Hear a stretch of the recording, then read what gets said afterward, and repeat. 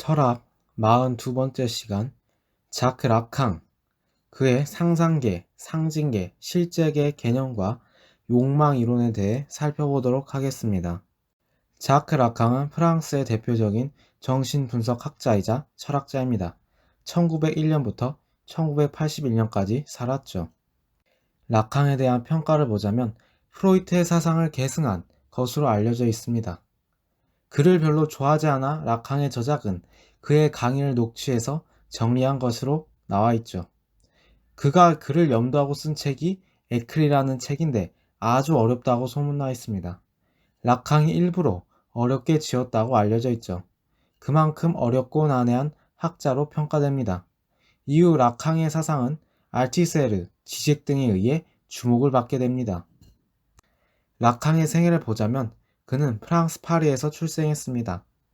의과 대학에 입학하여 졸업한 후 병원에서 정신과 수련을 받았죠. 이후 정신과 전문의 면허도 획득하였습니다. 의사 생활을 하며 연구를 이어가던 그는 국제정신분석협회에 소속되어 있었습니다. 하지만 그의 철학이 난해하고 논쟁의 중심이 되면서 퇴출되고 맙니다.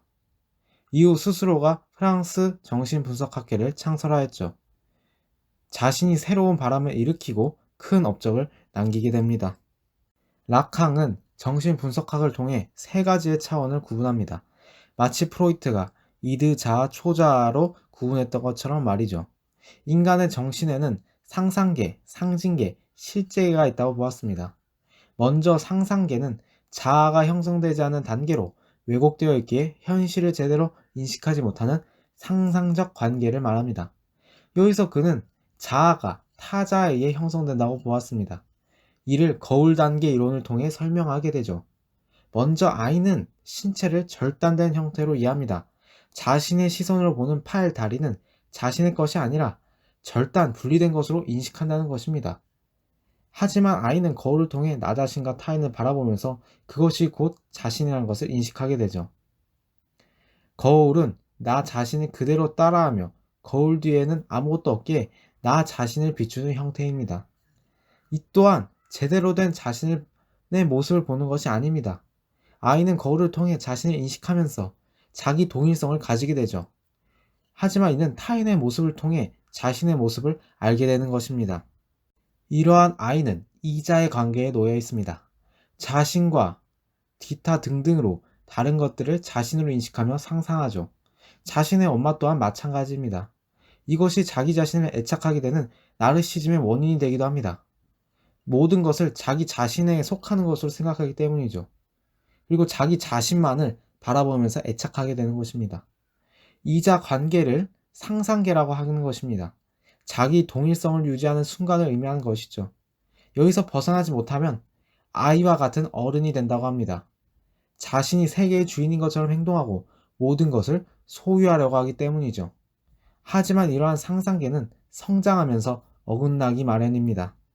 엄마가 아닌 아버지와 사이로 들어가면서 타자를 접하기 때문이죠. 라캉은 이러한 단계를 상징계라고 부릅니다. 상징계는 언어를 배워야 하고 규칙 질서가 있는 사회, 세상을 의미하죠. 타인의 욕망과 대면하는 곳이기도 합니다. 모든 것을 들어주는 부모에서 벗어나 타자와 마주하기 때문이죠. 언어를 통해 사회에서 주체를 형성해 나갑니다. 여기서 결핍이 발생하고 욕망이 생기게 된다고 하죠. 자신이 욕망대로 행동하지 못하고 사회 규칙 질서를 따르고 순응해야 합니다.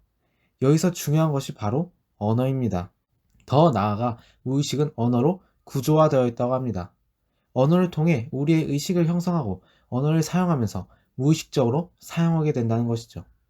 언어의 구조를 통해 무의식이 정해지는 것입니다. 언어가 가진 의미, 구조, 질서가 그대로 받아들이면서 무의식으로 나타납니다. 이미 구성되어진 언어의 구조에 의해서 우리는 벗어나지 못하고 그 구조가 무의식으로 드러나는 것입니다. 이러한 측면에서 라캉을 구조주의자라고 구분합니다.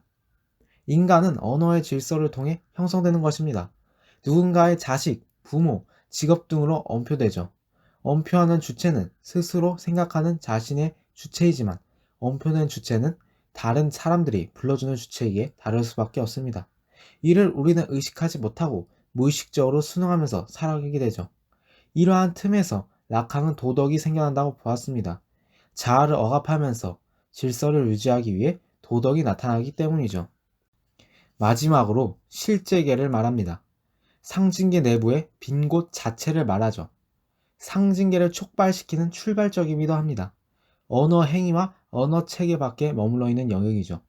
상상계, 상징계와 궁극적으로 분리되지 않으면서 동시에 두 영역의 구성물들의 이면을 이룬다고 합니다. 실제계는 상징에서 벗어나려 할 때 나타나게 된다고 말하죠. 근원적인 실제를 주의상스라고 말합니다.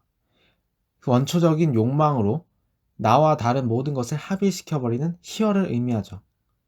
어머니와의 합일이라는 궁극적 쾌락을 말합니다. 이는 자신이 되고 싶어하는 궁극적 욕망이며 실제와 자신이 동일해지는 것을 의미하는 것입니다. 그것이 바로 실제이죠. 하지만 이것은 도달하기 불가능하다고 말합니다. 우리가 추구하는 욕망의 본 모습이 실제인데 이는 결코 이루어질 수 없죠. 우리가 상상하고 있는 욕망과 상징계의 모순은 결코 동일하게 합쳐지지 못합니다. 예로 우리가 되고 싶은 직업, 꿈을 이뤘다 해도 현실은 다르죠. 우리가 꿈꿔왔던 욕망과 그와 욕망을 표현하는 언어에는 그 간극이 절대적으로 좁혀지거나 일치할 수 없다는 것을 우리는 알 수 있습니다. 이를 바탕으로 락항은 욕망에 대해 탐구합니다. 바로 욕망 이론인데 먼저 욕구, 요구, 욕망으로 나눕니다. 욕구 니드는 식욕, 수면욕 등을 말합니다.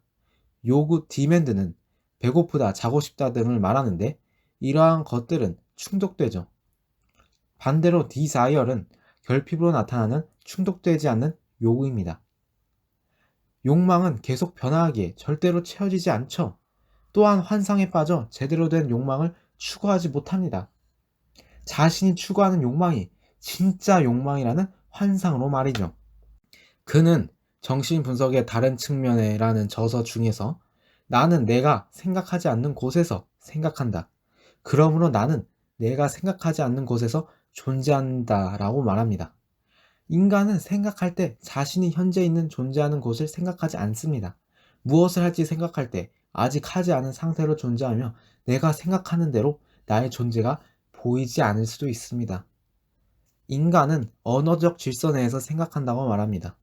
이러한 언어적 질서는 타자의 세계, 상징계의 타자로 이어지게 되죠. 앞에서도 말했듯이 언어는 사회적 질서를 내포하고 있습니다. 이는 타인을 넘어선 타자를 보여주는 것이죠. 더 나아가 락항은 인간은 타자의 욕망을 욕망한다 라고 말합니다. 인간은 타자를 보고 자신의 욕망으로 착각하죠. 예를 들어 TV 속의 연예인의 모습을 보고 나도 저렇게 되고 싶다고 생각하거나 성적을 중시하는 부모를 보고 좋은 성적을 받아야 한다고 생각하는 것입니다. 이는 진정으로 자신이 스스로 원하는 것이 아닙니다. 사회의 관계 속에서 우리는 자신의 욕망을 잃어버리고 타자의 욕망을 욕망하죠. 여기서 타자는 타인을 포함하여 더 크게 사회의 언어적 질서, 관계망을 의미하는 것입니다. 사회적 질서, 관계에 의해 자신의 진정한 욕망을 잃어버리고 그것을 추구하게 된다는 의미입니다. 그래서 락항은 프로이트로 돌아가라고 말하죠. 프로이트로 회귀하라고 명명합니다. 이 의미는 무의식, 우리가 자신이 진정으로 원하는 욕망을 마주하고 추구하라는 의미입니다. 그동안 착각해왔던, 속여왔던 환상에서 벗어나 자신의 진정한 본능, 욕망을 깨닫고 추구하라는 의미죠. 하지만 그것이 실현될 가능성은 없으나 이를 추구하면서 자신을 실현해 나가는 삶을 살아갈 수 있을 것입니다. 최종 정리를 하자면 이러한 락항의 철학은 어렵기로 소문나 있습니다. 무의식과 언어를 연결시켜서 프로이트를 해석하였죠. 자신이 프로이트의 딸 학자 안나 프로이트보다 더 잘 프로이트를 이해한다고 말하기도 했습니다. 그의 사상은 인간의 욕망은 타자의 욕망이고 이것을 제대로 추구하기 위해선 진정한 자신의 욕망을 깨달으려는 시도를 해야 한다고 말합니다. 그래야 자신의 진정한 삶을 추구하며 살 수 있기 때문이죠. 여기까지가 락항이었고요. 다음은 락항의 이러한 정신분석학을 이어받은 마르크스주의자 알티세르에 대해 살펴보도록 하겠습니다.